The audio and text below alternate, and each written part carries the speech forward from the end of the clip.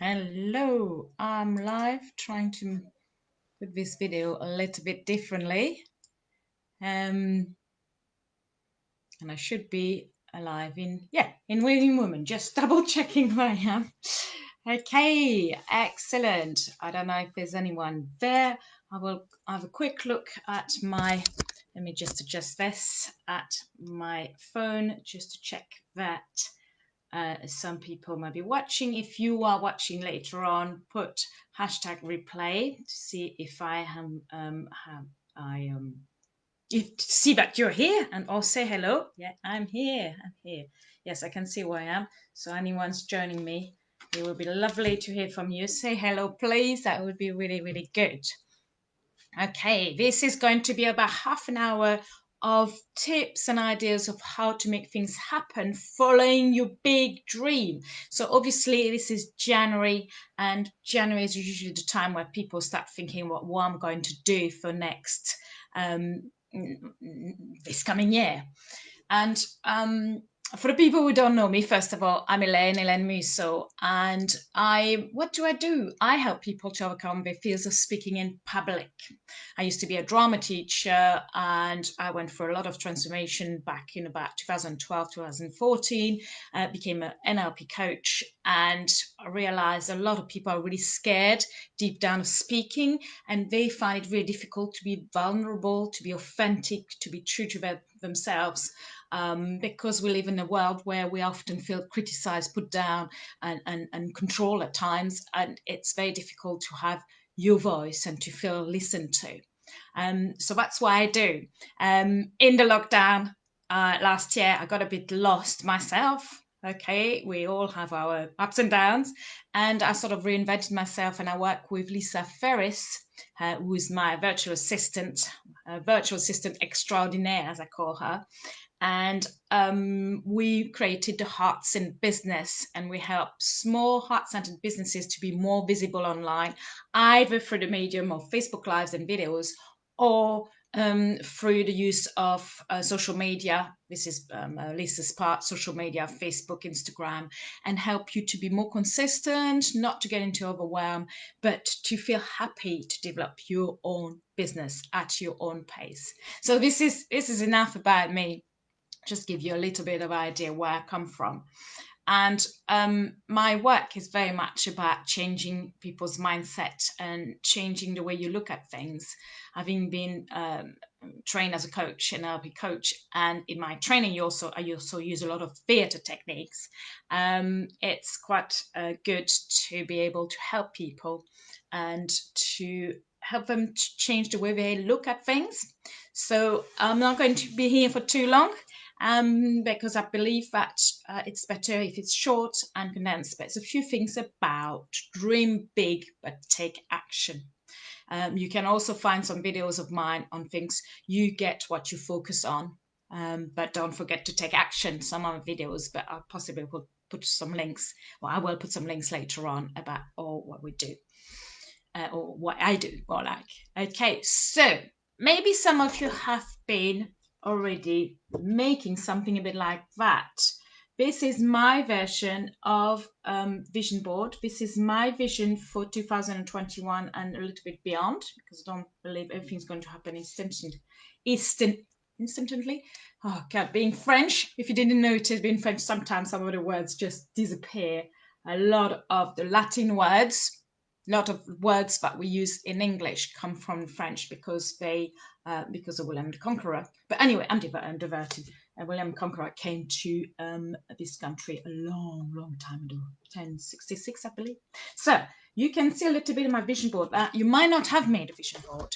I would recommend, if you can make it either on paper like me, because I'm not overly technical. I like doing things on paper or cardboard, etc. Or you can basically use Canva. A lot of people use Canva. And in the Hearts and Business, my own community, we've done that in December in preparation for now. Now, this is about trying to have a vision and trying to think about your goals. Goals are really difficult. And the word goal for me is not the best word, because I think goals are very very much a male language. It's very much we need to go and get this goal. We're going to get it. And as female, we need sometimes to go much more with the flow. So you might want to change the word goal into intention, vision, but it has to be still tangible at time. But I'm going to talk about that in a second. So the first thing I will ask you to think about when you're thinking, what do I want to do, whether it's for your life, your business, is to really, really think about putting things as in a positive as much as you can. Because basically, if we see things in a positive, it gives us an incentive to go for it. Okay, so basically, it's a bit like you don't want to say, I want to be less stressed, which is fair enough. You might want to be less stressed if you, at the moment, it's a very difficult time. We are living times that we've never seen before, and it's not easy. It's not easy. But you might want to say, I want to be relaxed. So you use a more positive language. Positive language help your brain to engage much more with something much more positive. If money is an issue, and it might be the case for some of it, it's not, I want to be debt free, because you still got the word debt, still got the sort of this horrible word of having debt, but more, I want to feel the energy of money. I want to embrace having money around me. Okay, and my friend Rosemary Cunningham, I'm sure would agree with that in terms of going into the flow with money, feeling the energy of money. Okay, so make sure that your goals, your intention, what you want to achieve is put in a very positive way, because the more positive, the more you will feel in agreement with it, the more it will help you to be there. Okay, so I hope this is a good tip.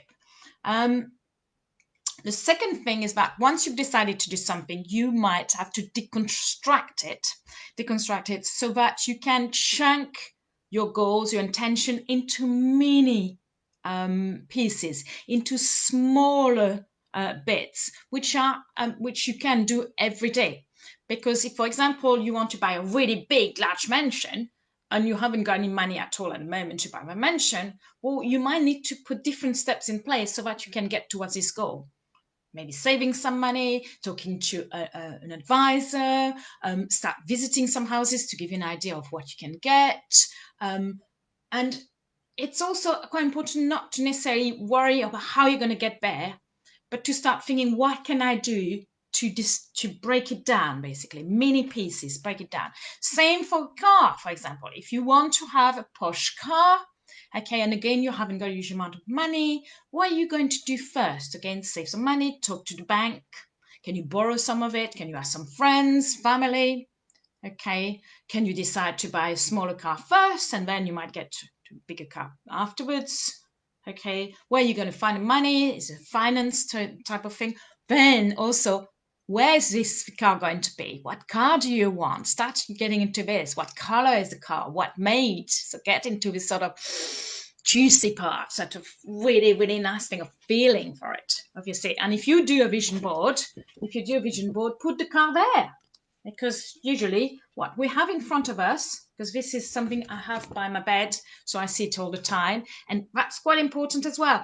Have a look, but don't look at it with intention. Not just, like sometimes we'll have a picture in our house, and after a while we don't even see the picture anymore at all. Because it's so familiar. That's quite different. You need to be aware. Setting goals and setting intention, wanting to do things, is very much about putting you in control of your life. Instead of being led by your life, you're leading your life. And it's not an easy thing. It's just not just going with the flow and thinking, this is going to happen. Right? You still have to put things in place. Okay, you have to put things in place. Now, some of the goals sometimes are quite abstract, or how can I say, they are more about things you'd like to change in your life in terms of your own behavior. For example, you might say, I want to be a better person. But what does that mean? What does it mean being a better person? Does it mean that you're going to spend more time with your children? And at the moment, you're possibly spending a lot of time. Hello, Elisa. You are spending certainly a lot of time with family members, but it's what type of time you want to spend with them, because if you spend your time telling your children off constantly, that's not a very good quality time. So how can you engage your youngsters or your children so that maybe they do a bit of work, and then but they're not constantly being told off? So if you wanted to become a better person, what does it mean to you? So it's quite important that you deep down ask yourself, what does that mean? So I'm going to show you mine basically, because I've got big words as well. Some people put affirmations, big sentences, but I have big words. One is a community. Community is really important to me. As you might know, I'm developing my own business. I know that a community is what I need to have around me to support my business. Plus, having community feels really strong and passionate. You get involved with people. It's really quite a tremendous thing to achieve. It's having people around you supporting you, because again, with your goals or intention or whatever you call it, but keep it a word you like. Um, it's important to feel that you're working towards it little by little, and that you are making progress, and that it gives you joy. It's about joy. Okay. Another one, compassion. How can I be more compassionate to other people? What does it mean to me? Being kinder to myself, being kinder to other people. When I was younger, I was much harsher. Had to be done in a certain way. I wanted to be in control of my life, but actually, at times, my life was controlling me. So it's about thinking that it's not just about you, but how do you give compassion to other people, and how do you get it back? I put art. That's quite straightforward. I love visiting art galleries. And I obviously haven't been able to, so I'm looking forward, once the lockdown is lifted or when things are a bit easier, to be able to watch more art again. And actually, I spend quite a lot of time now watching this online to see what I like, and maybe potentially to buy some art. Okay, kindness, fun. So things like that. What does it mean? What do you want to do? Okay, so it's quite important to decide. And it's important that it's your goals as well. One thing you might have noticed if you've ever done a vision board or thought about goals is that if you decide that you're going to do something, but it's not really within your values, it doesn't follow what you agree, okay, or it's not your goals, but it's a goal of your family or the goals of your partner, the goals of other people, well, then things don't really work out, because you need you as a person to be engaged with it. Okay. And sometimes, or another thing, that you might have decided that this is all going to happen, but something happened in your life.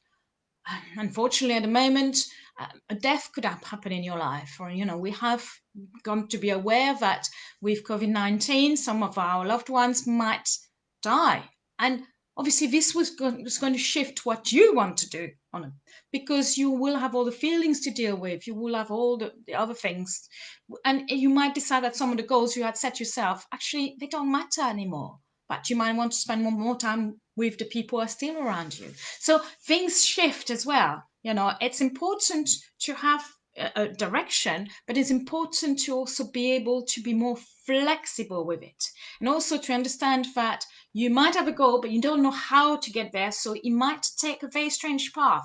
We don't go in goals often, and especially for the less tangible. A car, a house is a little bit easier, but the less tangible, the feeling, the opportunities, we don't really go from A to B. We might go from A to C, back to Z, and Y and Y, and it might be at times you go back and forth. But it doesn't mean that you're not making progress. It's more about the journey. The journey might take different directions. And that's the reason why you need a lot of people to help you in that journey.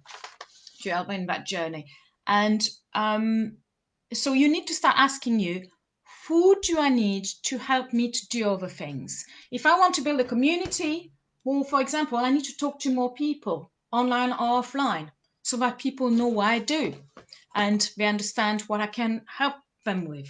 If I don't talk to anyone and stay at home doing nothing, nothing's going to happen. Taking action is quite important. Okay. Now, you might not want to kill yourself on social media, Okay, you don't want to spend all the hours of social media trying to search for people to help, but you still need to have a presence on social media. You need to be visible. So, who is going to help you to make things happen? Okay, and this brings me to our Instagram challenge. Oh, hi Sarah, it's lovely to see you as well. Sorry if I don't answer. So I just get in the flow where I'm saying, who do you need around you? Now, if you have, as a business, a small business, think I need to step up, I need to be able to be more seen, I would encourage you to join our Instagram challenge, which is free at the end of this month, starting on 25th of January. This is going to be run by Lisa, who actually was here. So if you want to ask a question, Lisa, you can. Lisa is absolutely amazing. I will put the video later on. I'll put the video that she's made. Well, I might have put it already on Winning Moon. I can't remember. And she's made a video explaining the process of the 5-day challenge. Lisa's got talents in terms of explaining things clearly and helping you to make sense of it. Because I am very much a technophobe.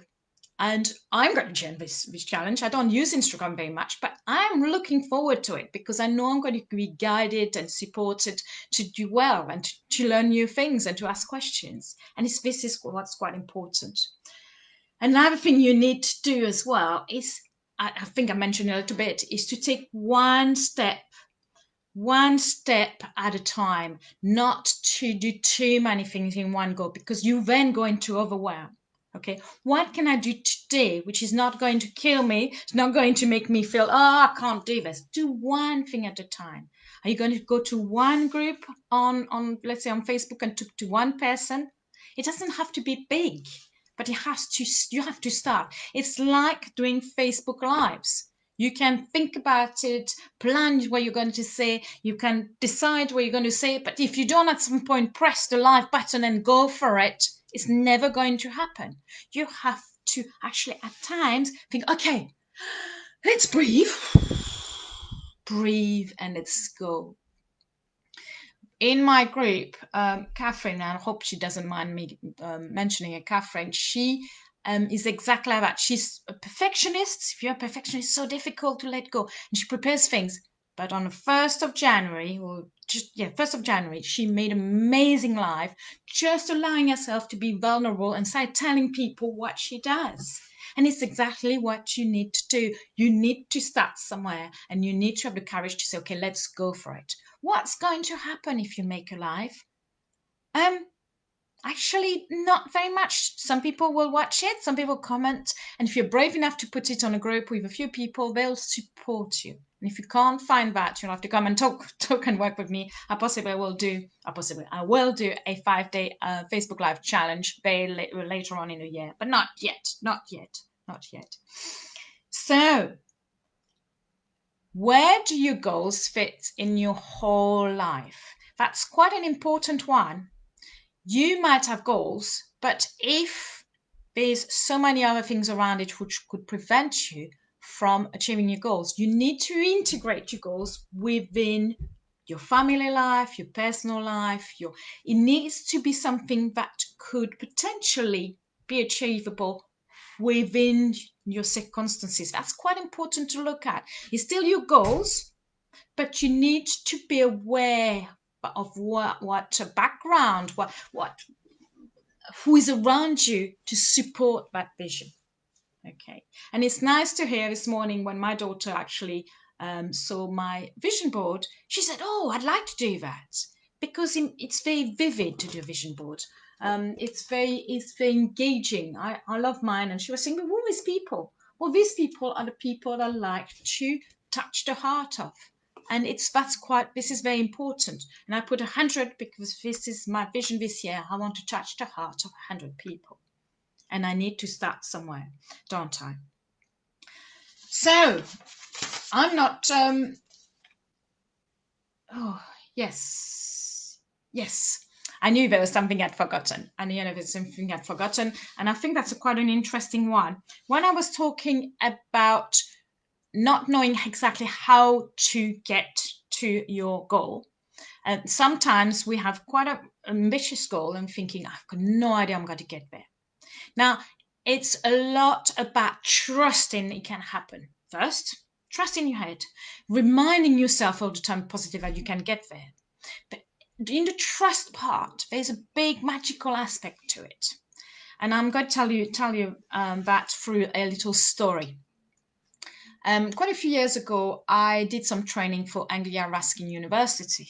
I was asked to do some training on communication skills for their staff. It was like what they called an away day, a day where they wanted the people from the staff from the Cambridge site and from the Chelmsford site to be together and do some interesting things on communication skills so that we could communicate better with each other. Now, I'm lucky because I come from a drama background. I like doing things very practically. So I did exercise. I had a big group in front of me, about 80 people, but they were in groups and talking to each other. It was really, really interesting. But as I was planning that work, the university actually threw something I was a little bit puzzled about. Basically, they said, "Oh, if you can do something on communication skills, can you also do something on change management?" I know, the change management. And I immediately went, yes, of course I can. Not knowing at all what I was going to talk about, what I needed to do. And I was thinking, oh my God. But having the certainty that deep down I had resources, I could find out how to do something on change management. But I was a bit lost, I must admit. And that's where the trust comes to it. A few days after that request from the university, I went to London on the train. This was quite a few years ago. It's not now. I couldn't. I'm not going on a train to London at the moment. And what happened was very magical. Is I was at that time, and in general, I talked to people around me, and I was possibly even more chatty that day, trying to figure out this change management type of thing. And I chatted to the guy who was next to me, and we talked and talked and talked, and I told him about what the university had asked me to do. By the end of the conversation and the time we had to leave each other, he said to me, "You are very, very lucky."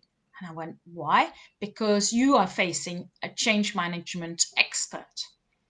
And I was a bit puzzled. I said, "What do you mean?" He said, "That's my job. That's why I do. I help people to deal with change." And he gave me one piece of advice. He said, "Go and look up," and I will send you a link as well, but look up change curve.